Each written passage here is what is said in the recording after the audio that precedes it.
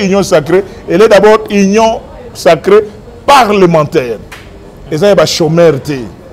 C'est-à-dire que, bon, on n'a même pas élu, mais on a discuté. On sait que l'IDP c'est le bagage, mais IDP c'est le bagage. Vous comprenez? Mais si vous bateau bras droit, il y a le président de la République sortant. Ce sont eux qui sont devenus donneurs de leçons. Et ça a vraiment le froid au dos. Quand on voit bien avant, exact, sommes 15 ans. Nous avons bien avant. Sommes 12 ans. Nous avons bien avant. Vous comprenez? Donc, de côté, on a un débat exact. Le problème, c'est que tous les Congolais viennent dans l'idée d'accompagner Mokonzi Mboka. Seul commandant à bord, seul Oyagotia Moutou, Yogozalatel, le président, seul élu, seul, a une vision.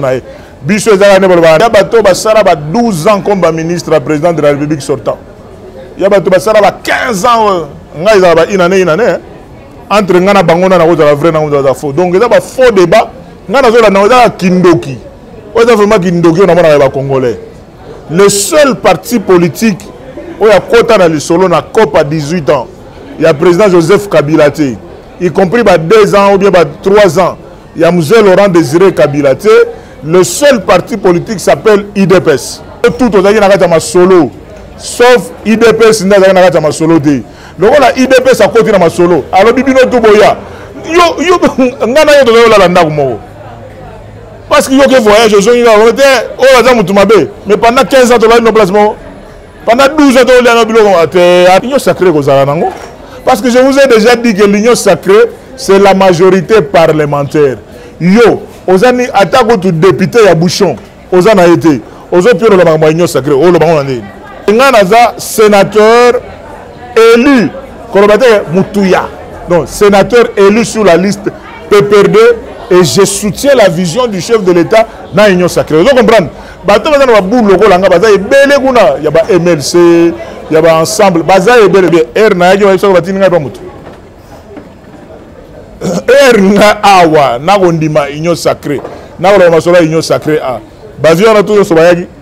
Désormais, retrouvez-moi sur Info 243. Batata Bamaman, désormais Bolanda Bisso sur Info 243. Merci. Mesdames et messieurs, bonsoir et bienvenue dans cette nouvelle édition d'Entre nous sur Info 243. Vous nous suivez également sur Congo Web Télévision. Nous revenons sur les questions d'actualité aujourd'hui. C'est un grand plaisir de recevoir encore une fois de plus Mwana Mboka, sénateur Denis Kamba Isimbumbu, président d'un Grand Kassai. Bonsoir. Bonsoir Ndeko Raphaël Oualukonka et bienvenue dans Ndagwatata, dans le village Grand Kassai. Voilà. Ndagwatata, ça veut dire quoi? C'est-à-dire que village Nabiso, on a dit village, ça quoi? Village Grand Kassai, c'est ça le village. Alors, le village Moloka, il n'y a pas de solo, mais Bisso, village Grand Kassai, c'est ici le siège. Na Bovan, na Lingwala, voilà. Lélo, d'abord, question à Liboso Torutunayo, en tant que sportif, vous êtes très amoureux à sport. Oui. RDC récemment, match au Betagmi Lobby. Comment d'abord, mon lecture, d'abord, il y a une équipe nationale Nabiso. Comment les choses évoluent d'abord? Merci beaucoup. Toute l'équipe a bien été, mais nous avons vraiment gagné. Donc, ça, pour nous, tout gagné avec manière, quoi. Pour mon niveau, il y a balle. Je crois que c'est pratiquement niveau de compétition Mobimba.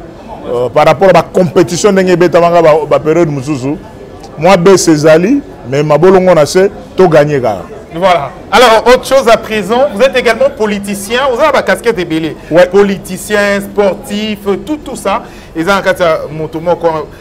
Aujourd'hui, sur le plan politique, l'union sacrée et lueur d'espoir, l'union sacrée.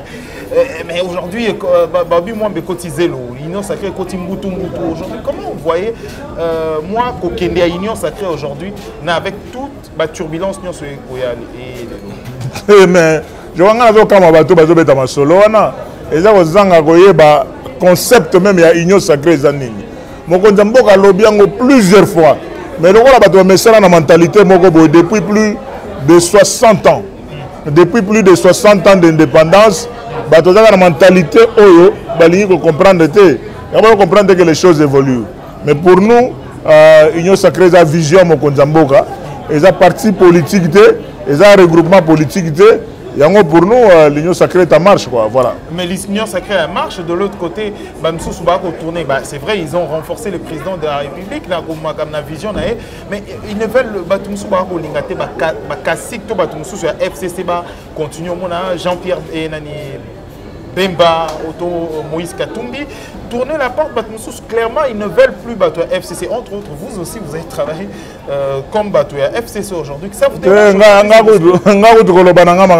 Parce que il y a 12 ans comme ministre président de la République sortant. Il y a 15 ans, une année. Entre Ngana Bangona et la vraie et faux. Donc, il y a un faux débat. Ngana Kindoki. Le seul parti politique où il y a quota dans le solo na COP à 18 ans, il y a le président Joseph Kabila, y compris 2 ans ou bien 3 ans, il y a M. Laurent Désiré Kabila. Le seul parti politique s'appelle IDPS.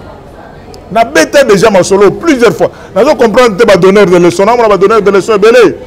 Mais pendant musée à quota na 1+4, si le lot, le président Joseph Kabila a démarré en décembre 2018, seul parti où il y a l'IAKT dans solo.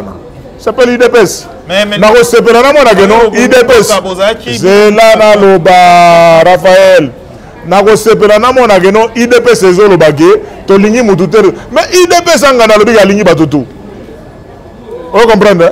Mais si bateau bras droit. Il y a le président de la République sortant. Ce sont eux qui sont devenus les donneurs de leçons. Et ça a vraiment le froid au dos. Colombo bien avant, exact. Sommes 15 ans. Nous allons bien avant. Sommes 12 ans. Nous allons bien avant. Vous comprenez? Donc, de côté, on a un débat exact. Le problème, c'est que tous les Congolais viennent dans l'idée d'accompagner Mokonzamboka. Seul commandant à bord, seul Oyagocha Moutou, Yogozalatel. Le président, seul et lui seul, a une vision. Bicho en église, Io, Boye, vous démarrez ma soirée continuer. C'est vraiment un faux débat. Comment vous voyez l'union sacrée d'abord, l'union électrique qui divise aujourd'hui? Rien. Qui divise? Quand on tire sur non, écoutez, Raphaël Lukonga, Jean-Marc Kabound ne divise rien. Et ça, il y a des politiciens congolais balingi vérité. Il y a des gens qui étaient avec Maréchal Mobutu.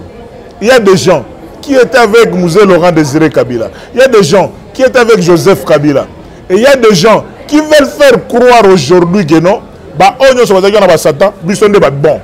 Et pourtant, tu es banni. Tu es banni politiquement. Qui est qui? Bon, Narina ça va polémique. Je crois que, chers amis, chers compatriotes congolais, bolanda ba politiciens congolais, on a retrouvé émission de Raphaël qui a fait c'est un débat contradictoire pour nous. Oh, papa, il y a une opposition. Mais il y a une note. Il y a une opposition. Je suis à l'école de l'opposition. Kasi yango na lobby na uti nekolwana. Bon marche, Nathan va voisin dans marche. Ba marche to sera le 16 février awa. To uti commune na Kisasa na vie ingele photo. To na ba vie Lambert Mende, na ba vie Ileo. Ouais, commune na Kisasa, to uti boeti na ba bale ndenge obeta ma awa ba le 16 février. Ba université de Kinshasa ko tukolobate ngana guerrier. Na l'équipe partout on a tout ça mais la polémique ezangatina. Na manière oyo ou bien na minute oyo que tous les Congolais se mettent autour du président Félix Antoine Tshilombo Tshisekedi, membre de l'unique parti l'IDPS oyo a coopéré na batutu oyo te nyonso. Parce que il y a des gens oh les rebelles la sala ba santo. Oh mais na ça IDPS hein. On a ça bimité le jour de Royinda. Bazali. Non, ngana zona biloko wana te mutu ko citer ngate na eloko ta moko te pona part motema mabe. Nga na lobby et l'autre côté mutu zona preuve ta moko za biloba loba. Ce qui est vrai. Ngana yebi na samba ka mikolo nyonso eza lokola match à football. O baza kotoyo, o baza beta kotoyo po o ba gagner te. Yoka des stratégies o deninga mbaya sala na vie na politique. Et ça stratégie non, bah tu vas ça la marche côté Denis Kamba a kabola ba casque. Vous comprenez? Ba casque on a kabola on a logique que diminuer ba ton côté on a ba mingité, ba ton côté ba la côté on a les belés. Voilà la stratégie. Denis Kamba est ministre du sport. Match Betami a bandi sur 6h. 6h puis 19h. Bon pour la générale Kanyama, bon on a évité bon, et match est bêta. Ngana mina opposition ba bêta. Mais nazo stratégie papa.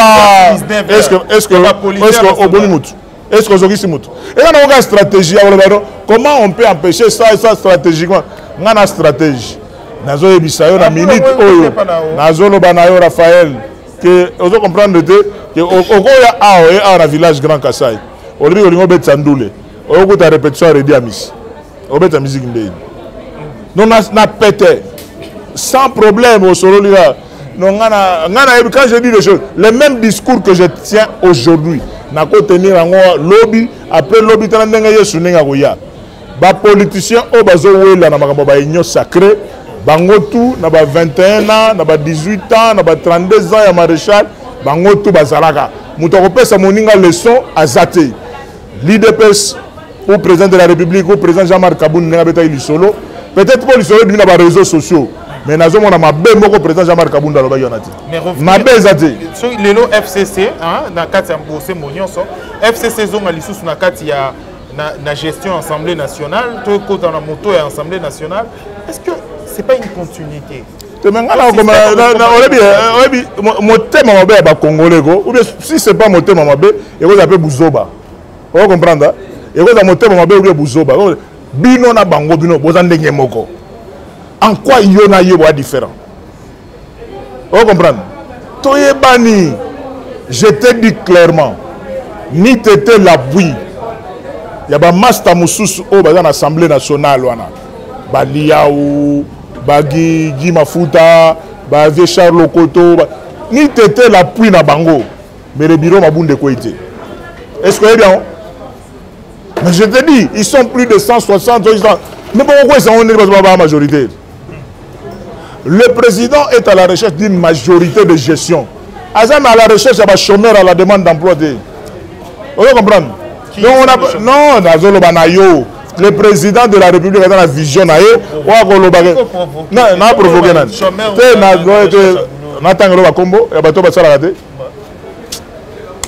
S'il te plaît, avançons dans le Biboé. La situation est claire. Qu'est-ce que vous avez fait? Je porte-parole à FCCT. Je ne suis pas porte-parole à FCCT dans le Biboé. Ni tété l'appui. Il y a certains députés à FCC. Mais le bureau est Janine Mabounde Koïdé. Alors, parce que si on calcule le bureau n'a plus de 280 combien? S'il te plaît, avançons, mes amis. Tout cas de distraction, tout cas de distraction. Mais minute, il sera parti politique à Motamo Gozo Betamata. Il y aura eu président de la République à Bengissi Batukuna na Eloaonin, na Kancha Chikuna, na Mongala, on a cité de l'OIA. Il y a Bengissi Batukuna, non, député à PPRD, député, membre à l'Union sacrée. Oh, ils ont vision. Et le président a été clair. Il a insisté. Alors, vous n'êtes pas venu dans le parti politique. Et on ne vous a même pas demandé de quitter vos partis politiques. Vous avez mais beaucoup d'idées, idéologie à l'Union sacrée. Je ne sais pas ce que le je crois que il faut interpréter en 4 langues nationales. Je crois que Swahili tous les jours. Je crois que Chiluba, Kikongo, Lingala, pour comprendre. L'Union sacrée n'est pas un parti politique. L'Union sacrée n'est pas un regroupement politique. Et ça, on va comprendre. Surtout, parlementaire, parce que l'Union sacrée, c'est autour de la majorité parlementaire. Et ça, c'est que vous avez un député à mon côté. Yo, président, vous consultez. Tu apportes quoi politiquement dans mon côté? En plus, tu n'es même pas leader. Tu n'es même pas leadership. Bon, vous avez leader à côté. Vous comprenez? Hein? Est-ce que tu as contact avec 26 provinces? Tu as 26 provinces. Tu as un leader de la province. Tu as 10. Il y a 4. La plupart des ceux qui réclament aujourd'hui. On a temps à perdre. Je n'ai pas le temps à perdre. partage et poste, il y a un divisé. Certains pour la... Ça ne divise, non, Raphaël. Ne perds pas le temps. Ne perds pas le temps. Vous trouvez des politiciens, par exemple, vous avez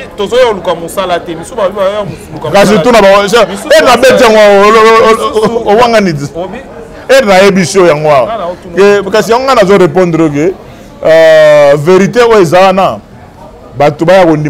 l'église que pour la vie éternelle, ndima Jésus, 1 Jean 3,16 que oh lelo yeso le biboé, c'est-à-dire que si nous voulons travailler avec les chefs, ni peut ça le rôle à soldat. Il y a une place à replacer. Alors, donc parce que la majorité union sacrée, elle est d'abord union sacrée parlementaire. Et ça, il y a chômeur. C'est-à-dire que aux gens députés à mon côté, aux gens même pas élus, mais aux autres discuter. Même si on a 52, 12 ans, mais nous avons expliqué au Raphaël, il va président du parti politique. Et bien, il va Timbelagi. Et bien, il va Gidiba. Et il va Arche de Noé. Et Arche de Noé, nous avons Denis le Salobaka. Nous avons la logique à Arche de Noé. Mais le gars va Gidiba va comprendre. Il y a une vitesse en tant que président du parti politique, dans le regroupement. Comment nous avons encadré les députés, les sénateurs. Nous avons cours constitutionnel dans le système de Kung Fu. Cour constitutionnel dans le système de Kung Fu. À ABC, les sénateurs, les députés, les la peuple. Si vous êtes président du parti politique, vous gardez les papiers, vous bureau, vous caché, vous gérez les papiers. Mais les parlementaires, vous comprenez? Alors, c'est ça. Et bien, comment la vitesse, la logique, les députés, les sénateurs, on dirait Bangamba na bango. Mais dans l'Assemblée nationale, les sénateurs vont comprendre que non, dans le mandat du peuple, sous couvert, cour constitutionnelle. Alors, tu as commis une question avec toute sincérité. Je répondrai toujours avec sincérité. La caméra pour tout le monde. Mais je vais vous dire non, je vais vous dire mon ancien million de...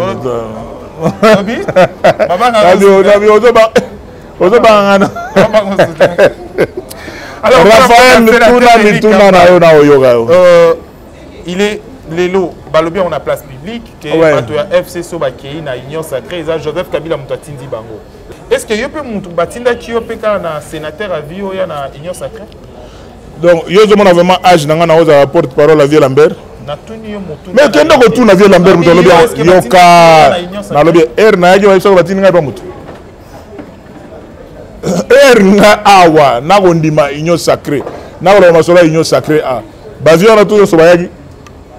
le jour où il y a une consultation, tout ça, paf, ils ont démarré. Je te pose la question, Raphaël, parce que tu es un journaliste sincère. Tu as un lobby, tu as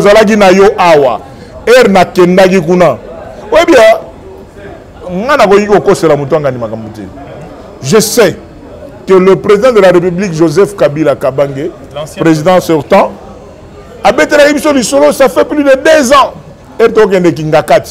Vous devez respecter. Plusieurs fois. Une des réunions, pour la coalition FCC Cash, Yami Balé, vous devez respecter. Mais ça faisait plus d'1 année, 2 ans. Mais celui le Moutou a convaincu de ce qu'il fait. C'est un leader complet, papa. Naza président de la synergie de notables et association du Grand Kassai. Naza sénateur élu. Il y a Kassai Central sur la liste PPRD. Et au-delà de ça, Naza coordonnateur, il y a sénateur dans le Sénat. Si on a âge, donc tu n'es pas convaincu de ce que tu fais. Tu es un salaire mobimba. Nasala gangonga moko ana mes conscience. Alors toki na question mususu tango lobi Grand Kassai kanisi biso, vous préparez cette manifestation du 31 avant de chiter la dernière question na biso. Pourquoi la manifestation est à 31? Bon, préparons pourquoi, l'objectif c'est quoi? Il y a manifestation à 31 décembre. L'objectif est un échange de vœux. boyebi que non ba structure tout ba kutanaka na makambo boye donc le 31 on a Camp David et pendant qu'on a biso Martin Lukusa tout ça l'événement na échange de vœux na quatre échange de vœux et qu'on permettre biso déjà na lobagi déjà toi na opération moko lancer opération Tudibala ni Tudimanyai. Tudibala c'est l'identité, c'est connaître Tomi Yeba toza combien à travers 26 provinces, à travers Bamboka Poto et partout. Donc il faut permettre surtout na milenge là déjà 2023 yango zo na ba vitesse belé.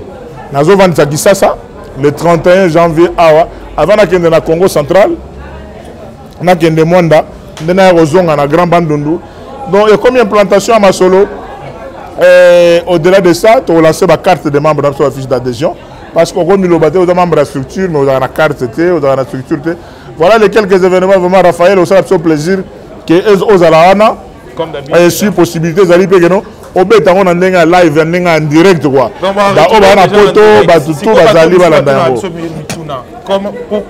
Qu'est-ce qu'il faut faire pour adhérer à Grand Kassai? Oui. Exactement. Mais diaspora, toujours continuer à implanter.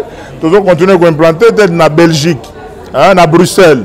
Toujours déjà na coordination. Na Anvers, toujours na coordination. Na Luxembourg, toujours na coordination. Na France, toujours na coordination. Na Allemagne, toujours na coordination. Na Italie, toujours na coordination. Na États-Unis, toujours na coordination. Kaka na ngonga mukeo, vitesse makasi, Canada, coordination ezali.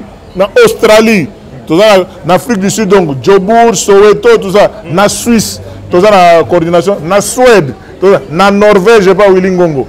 C'est-à-dire que tout de suite, on va déjà au Panzana, on va continuer à s'organiser pour contacter, comme ça, on va les installer.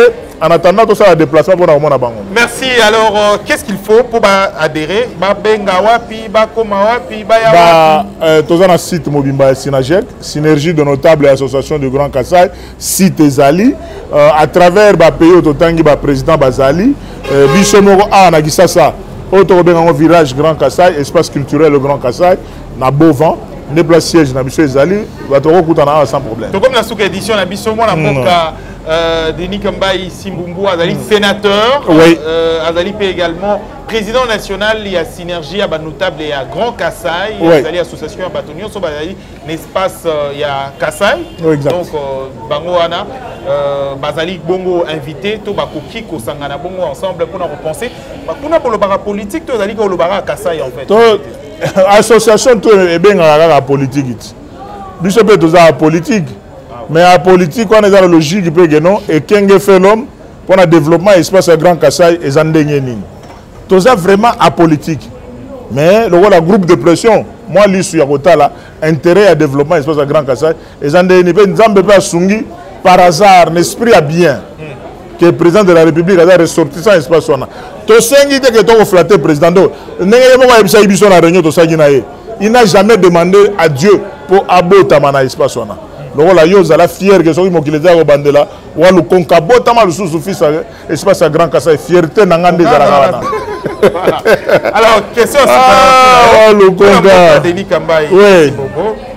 Mutuna oyo ezali ya osaka ba congolais oui sans bateau ba lobi ba okende wana so ba moni FCC na est-ce que union sacrée dans avenir ya malam mais union sacrée que tant que président de la République Félix Antoine Tshilombo Tshisekedi a la président de la République union sacrée kozala nango parce que je vous ai déjà dit que l'union sacrée c'est la majorité parlementaire yo ozani atako tout député ya bouchon ozana été ozo pio le ba union sacrée o le ba on est Bimbazan ba député hein. Teme yango na lobi auto yango na zoloba. Ozo zonga sou batuna logique ya. Oya za tadi ki batuna ye muto sala. Et les zoloba geno oya za na batu. Oya tadi batuna ye. Moi je te dis que ngana za sénateur élu kolobate mutuya. Donc sénateur élu sur la liste PPRD et je soutiens la vision du chef de l'État dans l'Union sacrée. Vous comprenez? Bato bazana ba boule loko langa baza ebele kuna ya ba MLC ya ba ensemble baza ebele d'ailleurs bando mona déjà na ba réseaux sociaux ba publication na bango. Donc ne perdons pas le temps. Biso tout ozaki na kata ma solo sauf IDPS ndaza na kata ma solo de. Loko la IDPS a côté na ma solo. Alors bibino tout boya. Yo ngana yo tozo la ndako moko. Parce que yo ke voyage aux gens on était au Azam Mutumabe mais pendant 15 ans tu vas une placement. Pendant 12 ans, arrêtons ce débat. J'ai dit tout simplement que c'est un faux débat. Toujours en Moulongo, Tomi Tchana Sima, président Félix Antoine Chilombo Tshisekedi. Vous allez démarrer. Merci, ça n'est fini pour cette édition. Merci Raphaël. Antonio Sobolandi Bisso, Toyambaki Lelo, sénateur. Denis Kamba ici, Mbouazali, président national PA Grand Kassai. Naé, Leto Simbola qui bat question d'actualité. Merci à Junior pour la prise de vie, à toute l'équipe. Il y a Info 243. Également, Rolandi Bisso sur Congo Web Télévision. Tout le temps prochainement pour une édition. Sous rendez-vous à ne pas manquer. Torozalana et également Bolandamo en direct sur Info 243. C'est 31 janvier. Torozala Bongo, Nakan David. Mesdames et messieurs, au revoir. Désormais, retrouvez-moi sur Info 243. Batata ba maman, désormais Bolanda Bisso sur Info 243. Merci.